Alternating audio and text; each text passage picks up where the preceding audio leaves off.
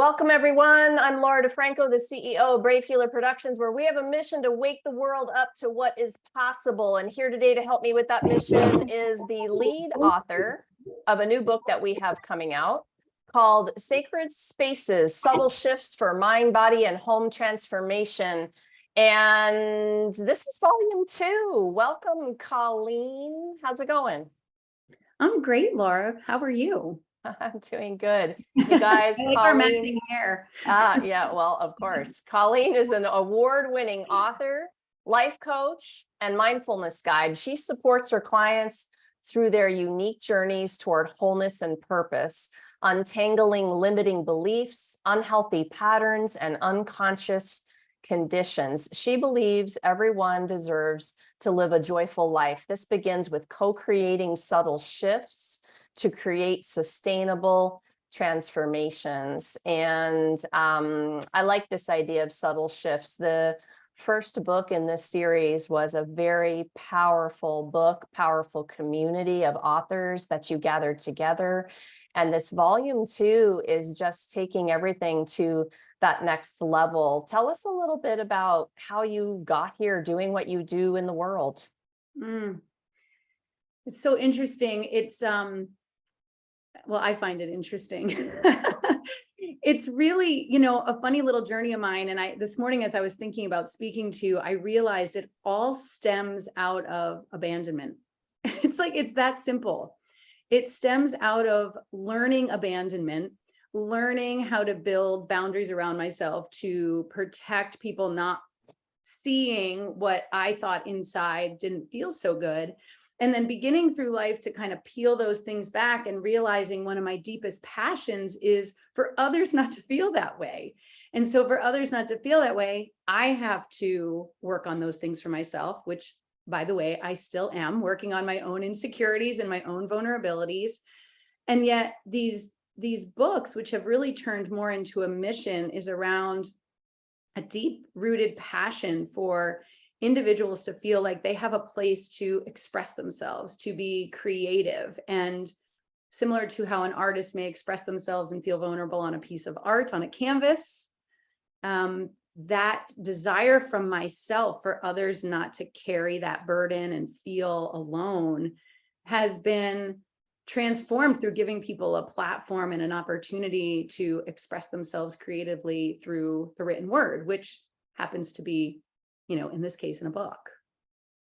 Yeah, it's been pretty amazing. And you share parts of your personal story in both books, obviously.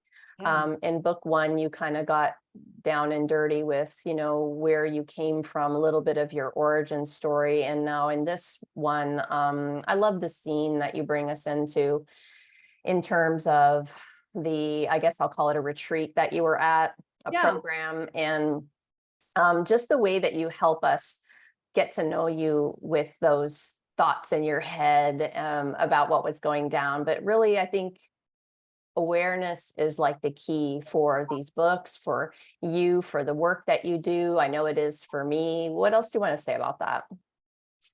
Yeah, I think that what I've come to realize is that we don't do this alone, right? And so often I think we see ourselves as like this aloneness, and maybe people like that, maybe people don't like that, but it's not sustainable if we want growth and healing.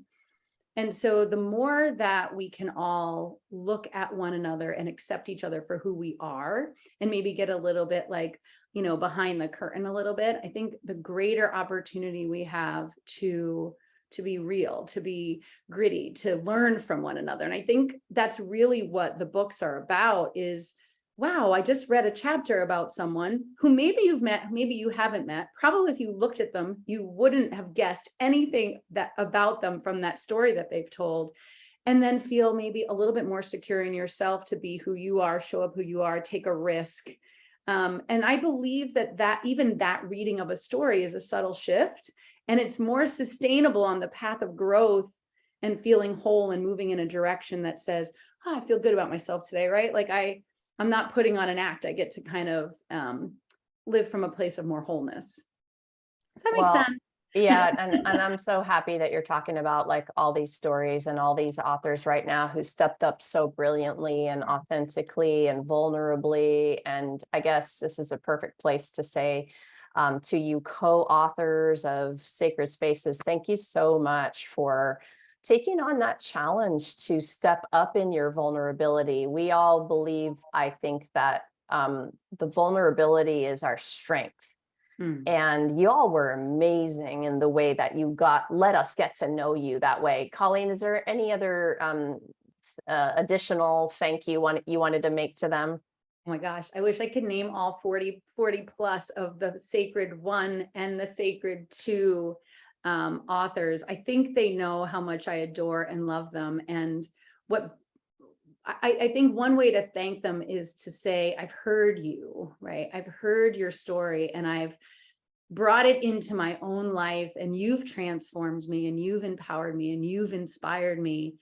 And the other day I was having a call with one of the authors from Sacred, sorry, I get like Sacred Spaces too. And she said, oh my gosh, I've been on a couch for 7 years struggling with a very serious ailment. I've tried everything, clay baths and spiritual journeys and physical journeys and this doctor and that doctor. And she said, and I wrote my story and I'm off that couch. I'm unstuck. I've been freed. I mean, thank you for being there, for healing yourself, which helps bring a lot of healing into the world. And just that vulnerability and beauty of each of them, they've each transformed me in the same way that small story of one of the Sacred Space 2 authors have. So the gratitude is overflowing. I don't know if I'll ever be able to completely thank everybody. I'm smiling about the therapeutic healing space that, I mean, you're talking about one of my biggest missions with this company right now. So I'm going to just take a minute to say thanks for sharing that story.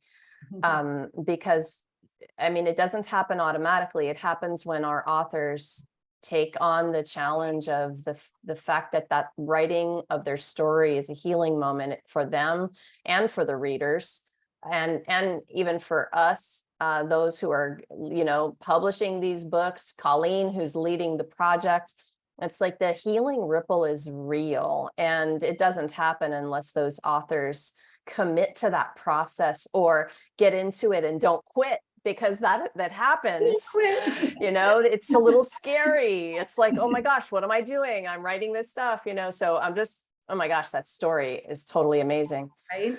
Yeah, like big time. And it's so what it's about. It's so what it's all about, whether it's in my private coaching practice or whether it's in the co-creation and collaboration with Brave Healer and the other authors, right? It's about helping hold a space, a sacred space that allows people to step in and feel comfortable. And I keep saying allows you to feel like you can just rip off your clothes and stand naked in front of the world. It's that kind of vulnerability that we're asking for, that we're offering the reader, in hopes that they too, maybe even in the privacy of their own bedroom or in another way of expressing themselves, but to go, I'm tired of carrying around the weight of something that doesn't allow me to be my own self, and it takes time. There was a quote in the chapter that I wrote in the second book from Fabian Fredrickson, and she says, the day you plant the seed is not the day you eat the fruit. Be patient and stay the course. And I think what Brave Healer Productions does, and you do so beautifully, Laura, and what I try to echo in the collective of the book, is to offer that kind of space, right? Yes, we move quick and publish a book, but to know that you're held. And when you read the book, to know that same idea of like, hey, we plant the seed and we're patient and we cultivate and we love one another and we help move humanity forward. And that really is the mission of the stories, the books, the publishing house, and the feeling and the energy we hope that everyone that steps into this space with us feels, right? You would agree with that, right?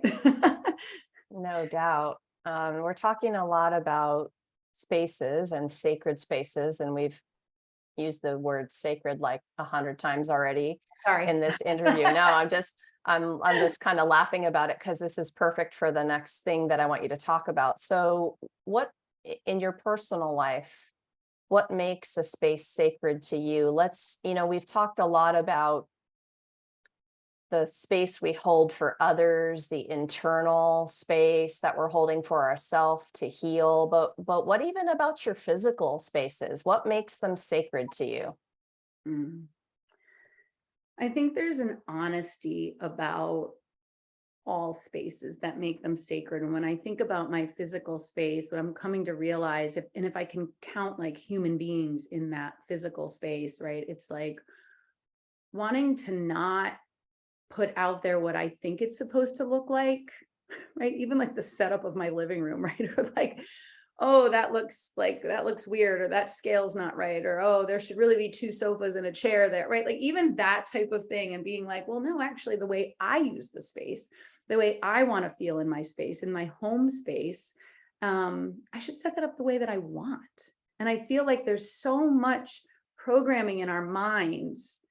And you might have been referring to the physical body, and I think we can relate this to the same thing in the same way as our physical space, like in our home. It's like, who says, by what rule are we talking about?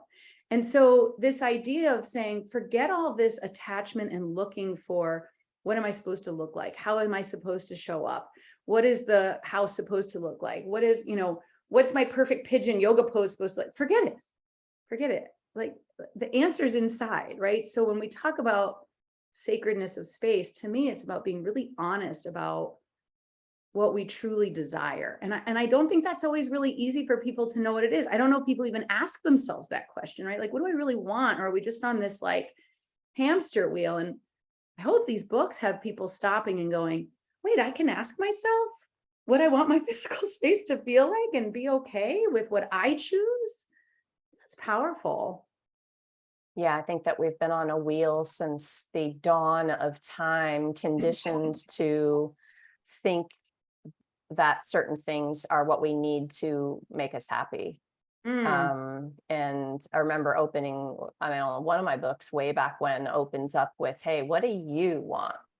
Like, have you even, like you just said, have you even asked yourself that question? Have you protected the time in your day to sit and journal with it and mm, really think about it and ponder? So foundational, I think, to a total life change, actually. yeah. And so you guys, this book is such a gift. There are stories that are going to blow your mind, and then our authors are all stepping up with a practical strategy, practice, tool, and experience for you in the chapter, so that you can experience their version of a sacred space, right? And how to create that for yourself. And I'm so excited to give people these toolkits, because if you've lost a little bit of hope and you're looking, you've tried 100 things, we have the 101st thing that might change your life, right? So we want to tell you not to stop looking, and that we've put a lot of magic into one place for you. So what's one of the ways you connect in your day to raise your vibe when you need to choose to?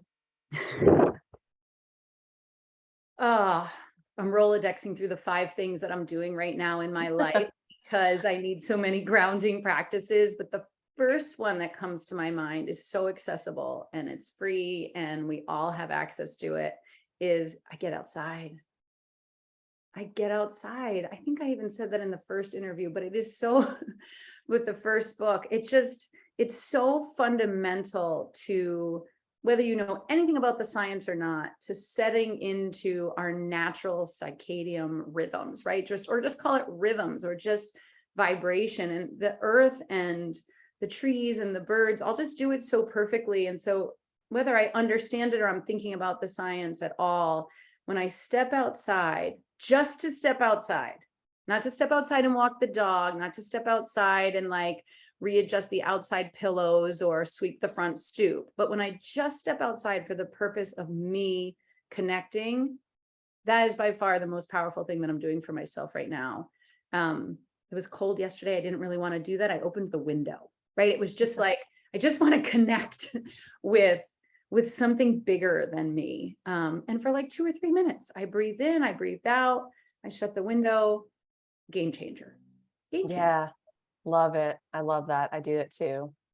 When I have more time, I'll walk in the woods as an Right. extension of that. Just nature connection is big. Nature connection has been such a theme for all of our healers and practitioners. It's been kind of across the board, the head nodder. Yeah, nature. I love it. Well, So can I go just ahead. add there quickly? It's like everybody hears that. Okay. If you're listening to this, you hear that. Oh, yeah, I know I should go outside and put my feet on the grass. Oh, yeah, I know. Okay. Stop. Leave this conversation and go. Do it. Like I think that's the most powerful shift is between, oh, I've read it and I'm looking for the insight, or oh, I've heard her say it, or this person, I've heard this practice, or I'm following Jay Shetty, or I'm following this person or that person, and all the ideas, and I'm watching it and I'm scrolling through Instagram. Like the value is in the aligned action of stopping and going and doing it. So please take the words and decide, like, is that the right thing for me? And if it's not, fine, go do something else, but do it. Right? Like, do it. Yeah, I know. So you can only say it, shout it from the rooftops, I so know, I'm loud sorry. before. Aligned action, you guys. And it feels good, feels like joy, feels, good to your soul. Mm, Those are the actions. And inside of the actions are going to be the answers to so many things you didn't expect, right? Just from taking the action of connecting like that. We could have listed 1,000 ways to connect. Nature is one of them. So find your way and then go do. Yeah. Oh my gosh, a ditto for that. So, you have a lot going on besides the books. Tell us about how you work with people, what you have going on in your business right now. What's going on? well, I'm practicing my patience right now as I found the most quiet spot in my house and the leaf blowers are going. So I hope that's not distracting, but that's the number one thing I do with all of my clients is beginning to, with my one-on-one coaching clients and in my group work, is really showing up at the table to say, here I am today, the best I can be today, and working through a set of practices that help us to realign. And that gets used a lot, right? Like, yeah, okay, come in, realign, be present, be mindful. I think all those things are great, but it aligns with using that word again, the idea of actually doing. And I think, the best way to get people to do, right, and to take action, to take aligned action, is to really deeply understand where they are, what they love, what drives them, what are their core values, and really starting to think like, it is okay to be unique and find the practices that I need. So one of the things that's going on with me right now is I'm actually in the middle of completing my Soma breath certification to try to give more tools to clients that I meet with around connecting with the breath, because it's another unique way to get unique about how we can support ourselves. So that's really important to me, like when I sit down with someone, whether we're on Zoom or face to face, is like, what do you need, not in life, but like in this moment, right? What can we do in this moment to find a shift that shows you that you can make progress, that you can move in a direction that allows you to live your best life, love the spaces that you live in, right? Make a subtle shift, because whether we're making a shift in the mind, the body, or the home, they're so beautifully intertwined and connected that you're ultimately affecting all of your spaces. So I'm really working right now.